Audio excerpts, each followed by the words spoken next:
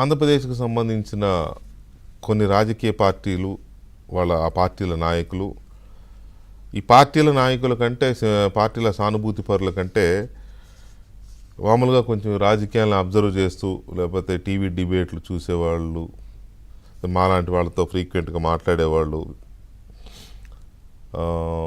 లేకపోతే కొంత students post graduation లేకపోతే పిహెచ్డి చేస్తున్న ఇలాంటి స్టూడెంట్స్ డాక్టర్స్ ఇలాంటి వాళ్ళ ఫోన్లు ఈ మధ్య ఎక్కువయ్యాయి.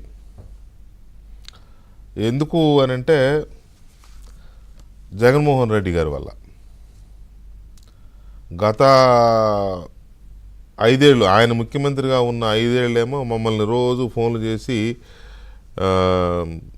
సార్ మీరు మీరు మీరు మీ ఆంధ్రజ్యోతి మీ ఏబిఎన్ మీ రాధాకృష్ణ గారు లేకపోతే ఇంకో ఛానల్ ఇంకో పేపర్ కనుక వీళ్ళు కనుక లేకపోతే ఈ మాత్రం ఇది కూడా లేదండి ఆంధ్రప్రదేశ్కి అని ఆల్మోస్ట్ ఎవ్రీడే మెసేజ్లు ఫోన్లో వస్తుండే. అసలు అక్కడ దాకేందుకు జగన్మోహన్ రెడ్డి గారే చెప్పాడుగా పెద్దవాళ్ళ కార్యకర్తల వాళ్ళ ఎమ్మెల్యేల మీటింగ్లో చంద్రబాబు ఈజ్ నథింగ్ అని.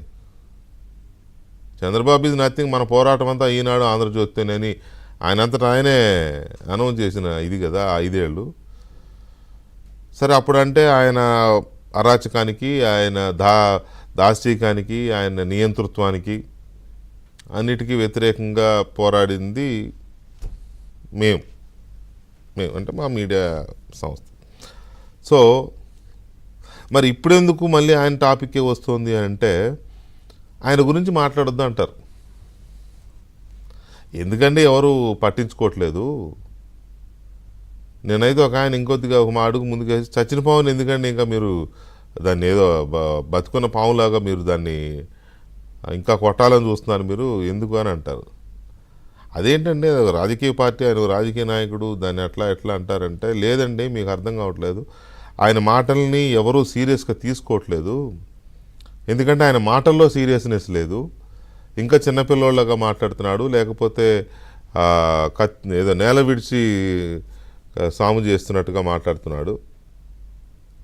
అసలు ఇది జరిగే పనేనా లేదా? ఇప్పుడు తను ఏ పొజిషన్లో ఉన్నాడు, ప్రజలు ఎలా బుద్ధి చెప్పారు మొన్న, ఇదంతా వదిలేసి ఏదో మళ్ళీ భ్రమంలో బతికే ప్రయత్నం చేస్తూ ఉన్నాడు. అటువంటి వ్యక్తి గురించి వాళ్ళు ఏదో రాసుకుంటారండి, వాళ్ళకు ఒక మీడియా ఉంది, ఆయనకు రాసుకోవాలి. మరి వీళ్ళ వార్తలు రాయలేరు. ప్రభుత్వం చేసే మంచి లేదా చెడు, ప్రభుత్వం చేసే డెవలప్మెంట్స్ ఇవి రాయడు ఆయన. ఎంతసేపు చంద్రబాబుని తిట్టాలి, పవన్ కళ్యాణ్ తిట్టాలి, బీజేపీని తిట్టడు. బీజేపీ అంటే భయం అనుకోండి, గజ వణుకాలి కదా, బీజేపీ గురించి మాట్లాడు అనుకోండి. వీళ్ళని తిట్టడం తప్ప ఇంకేం పని ఉంటుందండి. లేకపోతే ఆయన ఆహా ఓహో అంటూ ఆయన్ని పొగుడుకోవడం తప్ప ఇంకోటి లేదు. అందుకే ఆ మీడియా అంటే రాసుకుంటారు. మీరు ఎందుకండి రోజు ఆయన గురించి రోజుగా పైన గుర్తు వచ్చిన వాళ్ళ డిబేట్ పెట్టి జగన్ అనేవాడు ఒకడు ఉన్నాడు అని గుర్తు చేసినట్టు చేస్తున్నారు మీరని నాకు నిన్న నుంచి ఫోన్లు ఎక్కువయ్యాయి. ఎందుకంటే నిన్న ఈవినింగ్ ఆయన వాళ్ళ కార్పొరేటర్ల సమావేశంలో మాట్లాడిన మాటల్ని బేస్ చేసుకుని నేను ఒక డిబేట్ పెట్టా. దాంతో నాకు కూడా అనిపించింది నిజమే కదా, ఇది 11 సీట్లకు పరిమితం అయిపోయిన పార్టీ, ప్రతిపక్ష నేత హోదా కూడా రాని ఒక రాజకీయ నాయకుడు, ఇప్పటికీ రియలైజేషన్ లేని ఒక వ్యక్తి గురించి ఎందుకు మనం అనవసరంగా రోజు గంటన్నర టైం ఇవ్వడం ఎందుకని అనిపించింది ఒక దశలో. తెల్లారులైతే మళ్ళీ సేమ్ సిచ్యువేషన్. ఇవాళ దాదాపు 2 గంటలు ప్రెస్ కాన్ఫరెన్స్ మాట్లాడాడు ఆయన. ఇంకోటి కూడా అనిపించింది ఇవాళ ఆయన ఆ మీడియాని, కూలి మీడియాని అలాగా మెయింటైన్ చేస్తున్నట్టే అనిపించేది. మెయింటైన్ చేస్తున్నాడు, అది అర్థమైపోయింది. ఎందుకంటే ముఖ్యమంత్రి చంద్రబాబు నాయుడు ప్రోగ్రామ్స్కి, ముఖ్యమంత్రి చంద్రబాబు నాయుడు ప్రసంగాలకి, ముఖ్యమంత్రి చంద్రబాబు నాయుడు బహిరంగ సభలకు కూడా టైం కేటాయించని కూలి మీడియా ఇవాళ జగన్మోహన్ రెడ్డి గారి ప్రెస్ మీట్ని వితౌట్ బ్రేక్స్ కంటిన్యూ, చాలా ప్రోగ్రామ్స్ ఉన్నాయి అవతల, అవన్నీ వదిలేసి దాన్ని బట్టి ఆయన నీలి మీడియా కూలి మీడియా అలా కంటిన్యూ అవుతోంది. సరే అది వాళ్ళ ఇష్టం, దాని గురించి మాకేం అభ్యంతరం లేదు. కానీ కాకపోతే ఏంటంటే ఆ మీడియా అనే దీంట్లోంచి వెళ్ళిపోయారు వాళ్ళు సూసైడ్ చేసుకొని ఇంకేదో వాళ్ళ పర్పస్ కోసం ఉన్నట్టున్నారు. రైట్, ఎనీవే అది వేరే విషయం, వాళ్ళకి సంబంధించిన విషయం. I don't want to this thing. కాకపోతే ఒకటి అదైతే అనిపించింది, ముఖ్యమంత్రులు ఎవరున్నా సరే అధికారికంగా చేసే ప్రోగ్రామ్స్ని అండర్మైన్ చేసి నిర్లక్ష్యం చేసి ఒక ఎమ్మెల్యే ఒక పార్టీ అధ్యక్షుడు మాట్లాడేదాన్ని గంటల తరబడి ఇస్తున్నారంటేనే దాన్ని బట్టి అర్థమవుతుంది. డెఫినెట్గా ఎవరు అవునన్నా కాదన్నా ఏబిఎన్లో జగన్మోహన్ రెడ్డి గారు ముఖ్యమంత్రిగా ఉన్నప్పుడు ఆయన ప్రతి కార్యక్రమాన్ని పూర్తిగా లైవ్ టెలికాస్ట్ చేసాం మేము. ఇది వాళ్ళకే తెలుసు. That is our policy. అందరి నాయకుల ఇది ఇవ్వాలనేది మా పాలసీ. సరే, ఓకే, అది దాని గురించి మళ్ళీ ఇంకెక్కువ చెప్పవసరలా. సో ఈ సిచ్యువేషన్లో ఇవాళ కూడా పెట్టాల్సిన పరిస్థితి ఎందుకు వచ్చింది? పెట్టొద్దని అనుకున్నా. కానీ ఇవాళ ఆయన ప్రెస్ మీట్ పెట్టి ఏదేదో మాట్లాడేసి అసలు ఒక రకంగా చెప్పాలంటే ఆయన నిజంగానే భ్రమలో ఉన్నాడా, ఆయన ఎవరన్నా భ్రమలో పెడుతున్నారా అని డౌట్ వస్తుంది. సుదీర్ఘంగా అంటే చాలా రోజుల పాటు లండన్ వెళ్ళారు కదా.